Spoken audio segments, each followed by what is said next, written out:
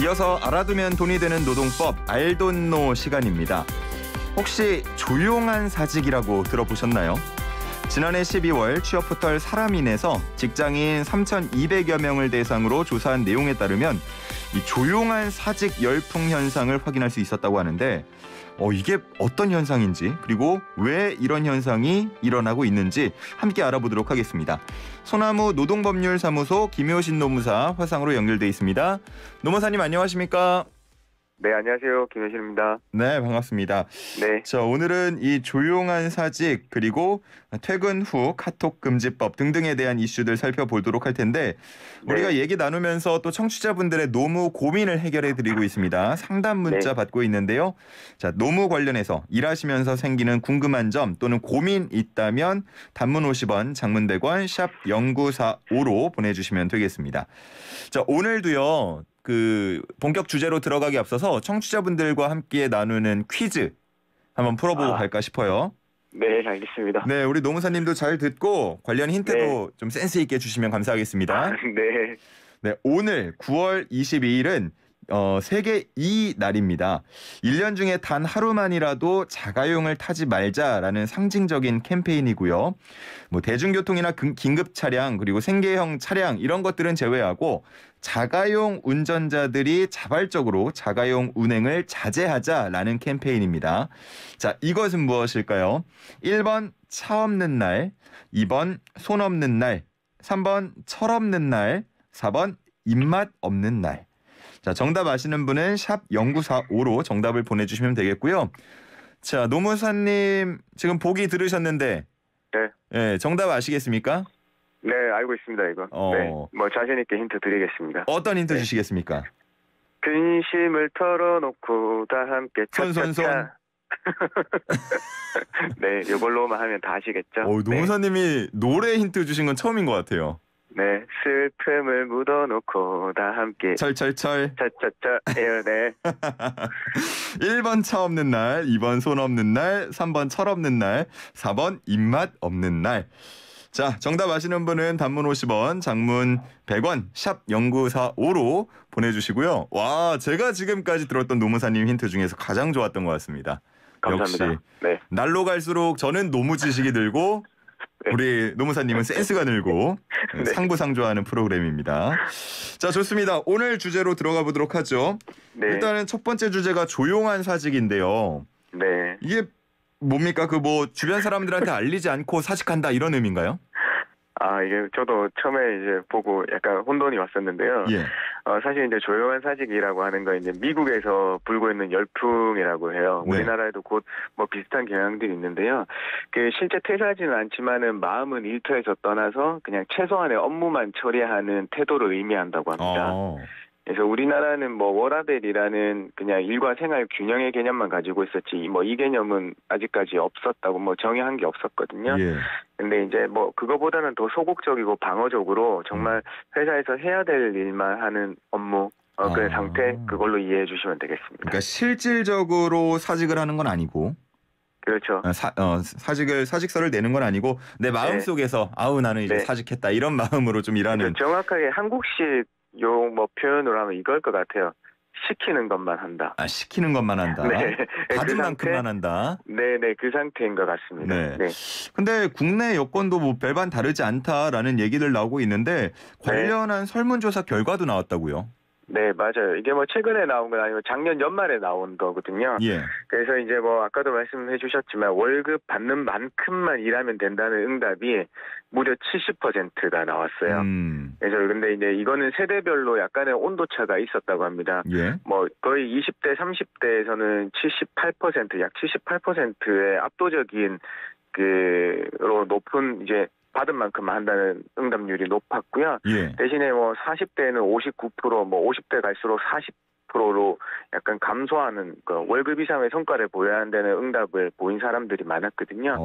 그래서 사실 요거는 아직까지 뭐 우리 선배 세대들 같은 경우에는 뭐 돈 생각하지 않고 뭐 열심히 일하니까 뭐 회사도 성장하고 나도 성장하더라. 뭐 이런 인식이 뭐 있어서 그런 응답이 나왔을 거다라는 판단을 하고 있더라고요.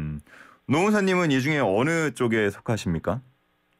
받은 만큼만 한다? 아니면은 내가 열심히 하는 만큼 회사도 성장하고 나도 성장한다? 예, 저는 뭐 아직까지는 후자의 생각을 가지고 있습니다. 아, 예. 그러시군요. 예, 제가 뭐 한 경험에 비추어 보면 조금 그런 성향이 강합니다, 저는. 네. 그렇군요. 마찬가지로 주변 동료분들에게도 이런 마음이 있었으면 좋겠다 싶고요.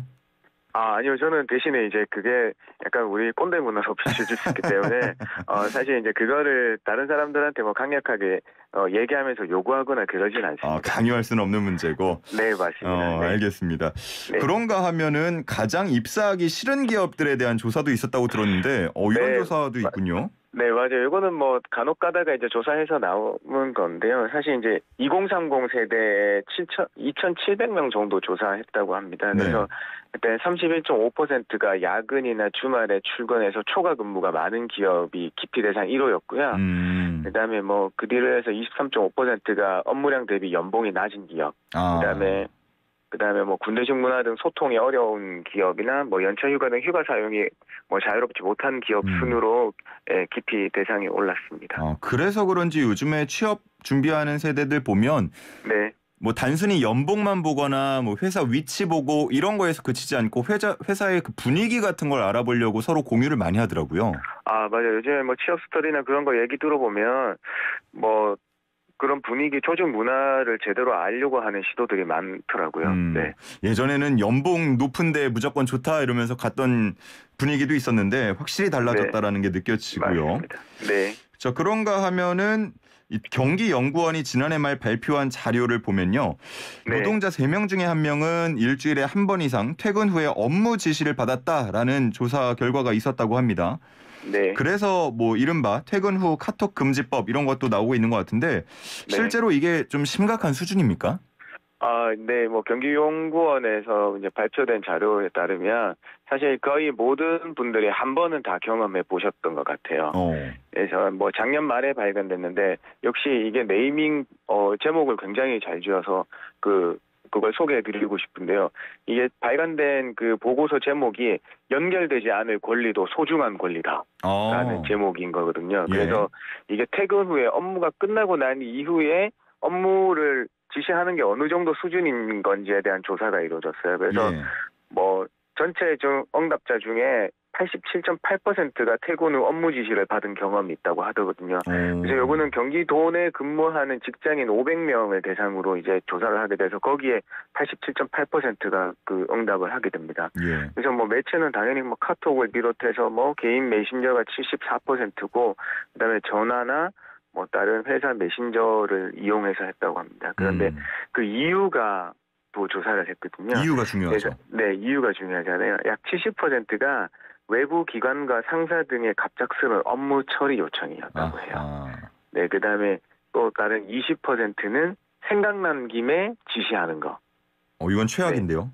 네, 그렇죠. 그다음에 5%는 뭐 시간에 대한 민감성 부족. 그러니까 다른 뭐 직장 부하 직원의 약간 고려하지 못한 뭐 그런 태도들, 그런 것 때문에 나타났다고 합니다. 그러니까 이제 퇴근 시간 돼가지고 다들 일 없는 사람은 먼저 가라고 하고 나는 남아서 조금 할 일 하고 갈게라고 했는데 남아서 하다 보니까 이게 협조 요청이 필요하고 이런 경우에 계속 문자하고 카톡하고 이랬다는 거잖아요. 그렇죠. 그런 상황이겠죠. 아니면 뭐 퇴근하시다가 갑자기 생각나서 전화해서 뭐 지시할 수도 있고, 다양한 경우가 있겠죠. 물론 정말 뭐 갑작스럽게 업무 처리를 해야 할 경우에 연락을 할 수도 있겠습니다만, 가급적이면 좀 줄였으면 좋겠다라는 마음이 들고요. 그렇죠. 우리가 항상 불만이 나오는 게 그런 것 때문이잖아요. 한두 번이면 당연히 다들 이해하죠. 근데 그게 상습적이고 반복적이니까 문제인 거예요. 그러면은 이 퇴근 후에 업무 지시 뭐 습관적으로 하게 되면 스트레스라는 얘기가 당연히 나올 수밖에 없는데 여기에 대해서 뭐 관련 법은 어떻게 돼 있습니까? 사실 이제껏 뭐 언론이나 우리 입법화 시도가 이번에 처음 있는 건 아니에요. 그동안 16년도, 17년도, 20년도 약 3번에 걸쳐 오면서 이 퇴근 후 카톡 금지라는 이제 언론에서 이제 네이밍을 한 건데 이거에 대한 그 퇴근 후에 조금 그 연결되지 않을 그 권리를 보장하기 위한 입법 시도들이 있었어요. 근데 이제 16년도에는 이제 환경노동위원회 심의 과정에서 사실 근무 시간 외라도 긴급한 연락이 필요한 경우가 있을 수 있다. 업종별로 여건 차이가 있으니까 법률로 일괄해서 금지하기 어려운 측면도 있고 더군다나 연락의 업무 관련성 여부를 입증하기 어려운 게 있을 텐데 그걸 법조항으로 집행 가능할까? 라는 점들이 고려해서 그 임기 만료로 폐기됐고요. 2017년대도 근로시간 외 업무 지시에 대한 추가 수당 지급하는 것과 2020년도에 대한 정보통신기기 등으로 사용자가 업무 지시하는 경우를 대기시간으로 봐서 포함해 하는 근로기준법 개정안이 발의되고 했는데요. 역시 실제로 법 제안은 이루어지지 않았습니다. 그래서 이번에 약간 보완된 걸로 해서 우리 더불어민주당 노웅래 의원께서 퇴근 후 카톡 금지법을 발의하였거든요. 다시. 이게 듣고 보니까 일리가 없는 얘기는 아닌 것 같은데. 맞아요. 네. 이번에 발의된 내용에는 어떤 것들이 포함되어 있나요? 그래서 아까도 16년이나 쭉 걸쳐오면서 사실 너무 포괄적이다, 규율하기 어렵다, 어떻게 해야 될까에 대한 그 고민이 있으셨던 것 같아요. 그래서 그 하셨던 게 이제 법에서 정한 근로시간 외에 전화, 전자문서, 문자, SNS 등 각종 통신수단을 이용해서 업무 관련 지시를 반복적, 지속적으로 해서는 안 된다라고 규정하고요. 거기에서 이제 500만 원 이하의 과태료를 부과하는 내용이 들어갔습니다. 조금 이전에 나왔던 것들을 보완하거나 혹은 수정해서 나온 것 같은데 이번에는 입법까지 이어질 가능성이 있겠습니까? 사실 6년 전에 최초 발의됐을 보다는 상당히 발전해서 과태료 부과 조항까지 넣어서 법 실효성을 높이려는 시도가 있거든요. 근데 사실 이게 아까도 말씀드렸지만 초점이 반복적이고 지속적인 업무 지시를 할 때 처벌된다는 건데 이제 좋은 시도기는 합니다. 그래서 입법화 가능성 제가 점칠 수가 없고요. 근데 이제 이게 조금 어렵다고 생각되는 게 사실 이게 카톡 업무 지시에 따라 발생되면 그걸 근로시간으로 인정해야 되는 문제가 남아 있잖아요. 그러면 그 근로시간 인정 범위를 어디까지 볼 거냐? 하고도 수당 지급 문제하고 연관되게 돼 있거든요.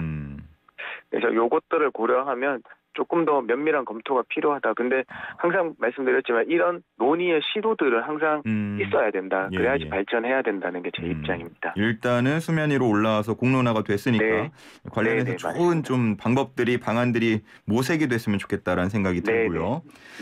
자, 우리 청취자분들이 이렇게 얘기 나누는 동안 또 문자를 많이 보내주셨어요. 지난주에 다 못 푼 상담도 있고요. 자, 익명 사연입니다. 현재 직장을 다니고 있는데 예전에 사업을 하다 어려워져서 문을 닫고 4대 보험료 체납이 있었습니다. 월급 통장이 압류될까 봐 급여가 450만 원인데 직장에서는 200만 원만 받는 걸로 신고를 하고요. 보험료 등을 제외하고 182만 원 정도를 통장으로 받고 나머지 250만 원은 따로 현금으로 받고 있습니다. 사장이 대신 퇴직금은 없다라고 하는데 3, 4년 뒤에 퇴사할 때 200만 원으로 신고된 금액만큼 퇴직금은 받을 수 있나요? 현재는 3년 넘게 근무 중입니다. 이렇게 말씀하시네요. 네. 이런 경우가 많으세요. 사업하시다가 실패하셔가지고 그 신용불량 상태에 대해서 그 본인 통장으로 이제 받게 되면 우리가 하는 민법상 최소한의 그 압류 금지 금액이 있기 때문에 180만 원 맞춰서 실수령 180만 원 맞춰서 받게 되는 경우인데요. 사실 요거는 여기서 말씀드리기 굉장히 곤란한데 그냥 법으로만 말씀드리겠습니다. 사실 퇴직금은 그 신고된 급여 기준이 아니라 실제 받은 급여를 기준으로 산정되는 겁니다. 그래서 통장으로 지급한 거 플러스 이제 현금 지급한 것까지 다 포함해서 퇴직금 계산이 돼야 됩니다. 네, 근데 이제 여기서 이제 문제가 사실 이제 회사가 그렇게 퇴직금 안 주신다는 입장인 거니까 여기서 문제되는 게 항상 그러면 회사는 현금 지급하면서 4대 보험하고 세금 처리하지 못한 부분이 있지 않냐. 그러면 내가 4대 보험 당신 부담하고 다 고시고대로 하자 이런 말씀들을 많이 하시거든요. 그래서 이제 이 최초의 단추가 끼워진 거는 우리 질문 주신 분의 그 사정을 고려해 주신 것도 있잖아요. 네, 그래서 퇴직금이 전혀 없는 건 안 되고 어떤 잘 협의하셔서 결정하셨으면 좋겠어요. 이건. 이런 경우가 많아요, 근데? 여기 실무로 나오면 굉장히 심심치 않게 볼 수 있습니다. 이 경우는. 그렇군요. 한 180만 원 정도가 이제 압류되지 않을 선이 있나 보죠? 180 실수령액 180만 원은 절대 압류 금지 급여거든요. 네, 생활을 하셔야 되기 때문에요. 그렇군요. 네. 알겠습니다. 자, 그리고 하나만 더 받고 마무리하겠습니다. 4723님. 저는 초단기 비정규직으로 초등학교에서 학생들을 가르치고 있는데요. 한 학기에 110시간 정도 수업을 합니다. 근데 범죄 경력 조회 동의서 그리고 행정정보 이용 동의서를 제출하라고 합니다. 개인정보가 좀 공개되는 것 같아서 불쾌한데 이거 합법적인 건지 궁금하고요. 건강검진 비용 3만 원도 개인 부담하라고 하는데 이거 맞는 건가요? 이렇게 물어보십니다.